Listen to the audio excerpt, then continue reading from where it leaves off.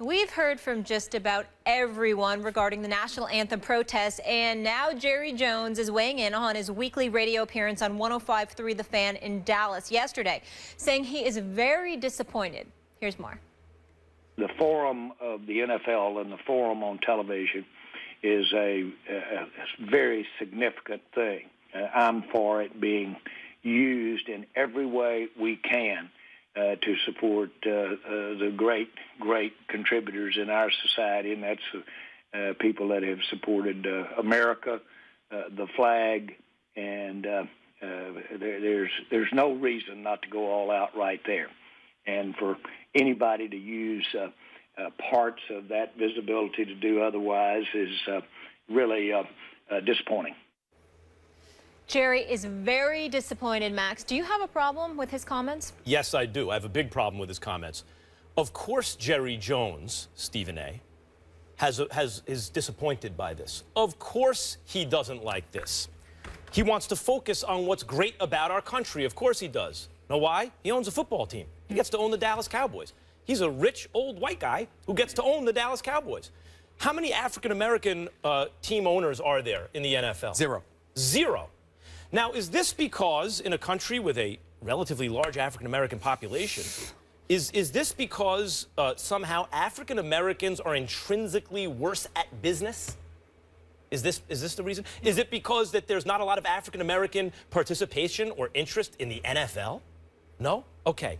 In that case, the inequity here is the result of hundreds of years of systematic oppression, starting with the country's original sin, which has not been fully remedied. It's been largely remedied compared to where it once was, but has not been fully remedied, which can be seen in discrepancies along racial lines, in income, in levels of education, opportunity, etc.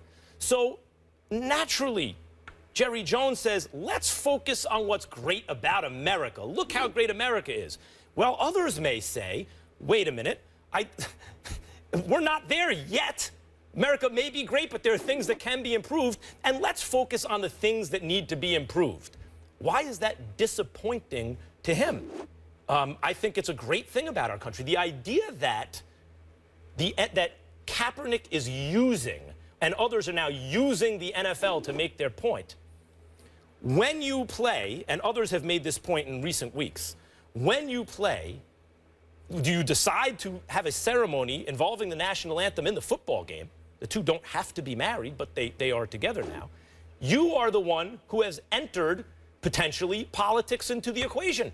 Not Kaepernick. Kaepernick didn't decide, hey, I'll tell you what, let's play the national anthem so I can take a knee and disappoint Jerry Jones. No, he's not the originator of the kind of injection of politics or patriotism or nationalism, more appropriately, into the NFL. Others are. He's choosing not to participate, which of course disappoints those who benefit from the status quo, like Jerry Jones. In that sense, it's extremely tone-deaf, I don't think well thought out, and I do have a problem with it. You should have a problem with it. But forgive me if I'm smiling.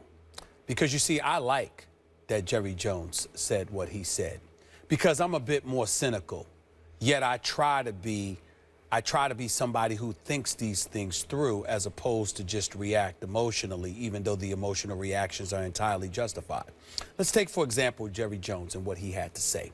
He is a white individual who is a billionaire, one of 32 NFL owners, okay? When we look at the NFL, Max Kellerman, we have to come to the conclusion that we've got about 19 of the 32 owners, according to my research, have net worth over $1 billion. Do you know how many black people in this country have over $1 billion? So far as we know, 3. Oprah Winfrey, Robert Smith, who's the CEO of the investment firm Vista Equity Partners, and of course the great Michael Jordan. Oprah Winfrey's at $3.2 billion. She leads the pack. That's as far as we know. If I've missed anything, I apologize, but that's according to the list of research that I've done. I was thinking Robert Johnson used to own BET as well, but I remember there was a divorce settlement, and I think somebody got half, but that's a different subject for another day. Here's the reality of the situation. When Jerry Jones opened his mouth, he's speaking about white privilege, and he's obviously detached from the trials and tribulations that a lot of people, particularly those of African American descent, have experienced in this country. Here's the thing. He's not alone. Jerry Jones is from, he's in Texas and went to school in Arkansas. You understand? I mean, down in those parts, we sort of understand how some people from an historical perspective have a particular view that may not coincide with that of myself. Or civilized humanity. That's right. Go ahead. Well, but Boomer Esiason had some things to say. Our very own Trent Dilfer on Sunday's show had some things to say. John Tortorella had something to say as well. I didn't agree with anything. As I told Trent Dilfer during Monday Night Football, and I appreciate the conversation that he and I had as colleagues who work here together, and he was incredibly respectful, and there were some things that he didn't understand in terms of how people were coming at him because of how he sounded. And I said, no, you have every right to say what you say. Just understand that we respectfully disagree, and here's why. And that should be that.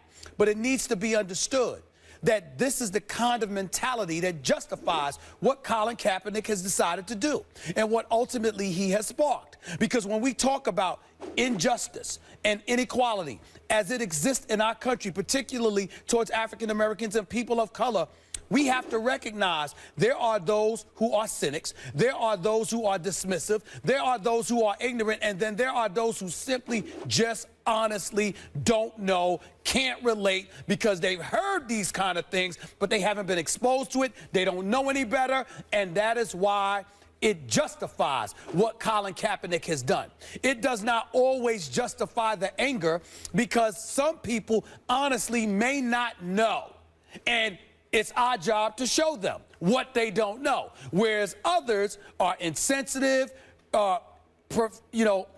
arbitrarily ignorant to a situation, or just flat out racist in their own right. The point is, you get to find out who they are, how they think, and why. And why be upset about that when it's basically the darkness coming to the light?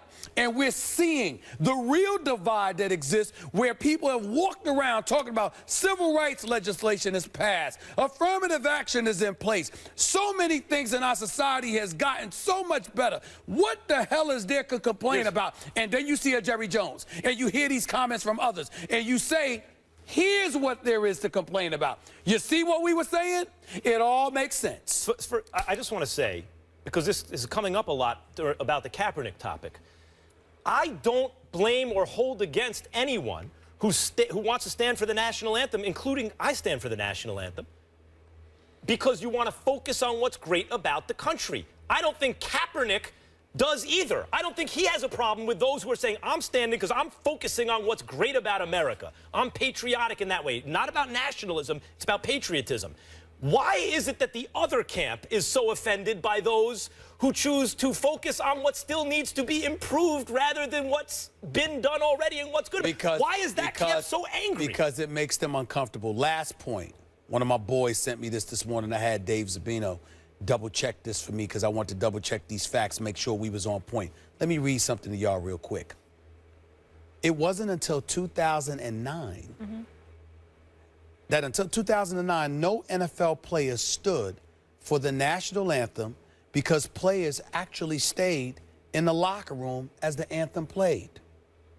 The players were moved to the field during the national anthem because it was seen as a marketing strategy to make the athletes look more patriotic. The United States Department of Defense paid the National Football League $5.4 million. I've been talking about this. $5.4 million between 2011 and 2014, and the National Guard $6.7 million between 2013 and 2015 to stage on-field patriotic ceremonies as part of military recruitment budget line items. And that's this is why, stuff that has been printed. And there's that. And then there's that. That's why Senator McCain co-signed the statement saying, I mean, they looked into it and said this is paid patriotism. Let's just marinate on that for a second as we go back to football. Paid patriotism. Very interesting. Thank you for bringing that up. When we come back, they will be forever linked as the top two quarterbacks taken in the 2015 NFL Draft. But is Marcus Mariota even in the same class as Jameis Winston? That discussion coming up. Listen up. This man came to us last year and took our offense to be the 5th offense in the whole damn NFL. He always getting on my not checking the ball down. I think he's happy, and I think he's really happy that we went out there and we fought for this man. And we got him his first victory.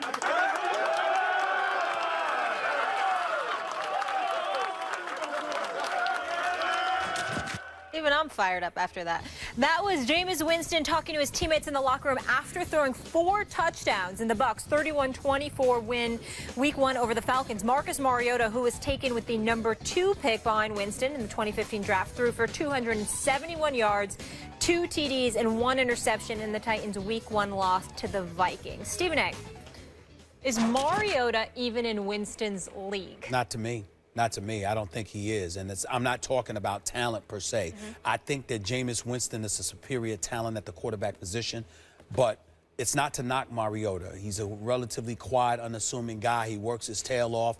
Not the greatest evening last week, not the greatest afternoon last weekend, but he's got promise, and I think he'll be a good quarterback for Tennessee. I just think Jameis Winston is a star in the making. I think he's an individual that wants to start him bad. I think Mariota wants to win football games. Jameis wants to be the reason they win football games. He wants it bad, and he is, you could see the insatiable effect that he has on guys around him, galvanizing the troops and getting them to maximize their potential. I look at him as a superior talent to Mariota at the quarterback position, but it's not that big of a deal. But where I say Mariota's not in his class, is Jameis Winston as the kind of leader that I can look at and say, okay, I need everybody around you to give me all they've got because of you. I think that's Jameis Winston. I don't see that in Mariota yet. If you're asking me who I'd rather have at this moment this season, I would take Jameis Winston. But are they in the same class? Absolutely. And it's too early to tell who's going to be better. I'm going to start with Winston. I'm going to make the argument for Mariota. Winston's a leader. You can see it. He has leadership qualities. Winston has a big arm. Winston has a better pedigree, national championship, a Heisman Trophy, Rookie of the Year. And Winston's on a better team at the moment with much better receivers. Mariota last year, in spite of, Mariota goes and loses to the Vikings, an excellent defense. Winston puts it on Atlanta, a bad defense. Look at last year. Mariota, better completion percentage. He has the better legs. All the other, like when you isolate for quarterback value, which is difficult to do, it is unclear who's better. When you add all the other stuff, the team they're on, who they're playing, what receivers they have, and the way they make you feel in the locker room, you give it to Winston. But it is way too early to say, I think, who's going to have the better career. And I think at this moment, Mariota is certainly in his class. I think when you're young and you have the kind of leadership that Jameis Winston has, when they've said he is the franchise, it's your second year in the league, your first year in the league, now it's their second year in the league, and they say it's your franchise, and you have that kind of effect on teammates around you, that's exponentially great. Listen, when we did the show at Bucks Place, I was so impressed with him when we had him on the show.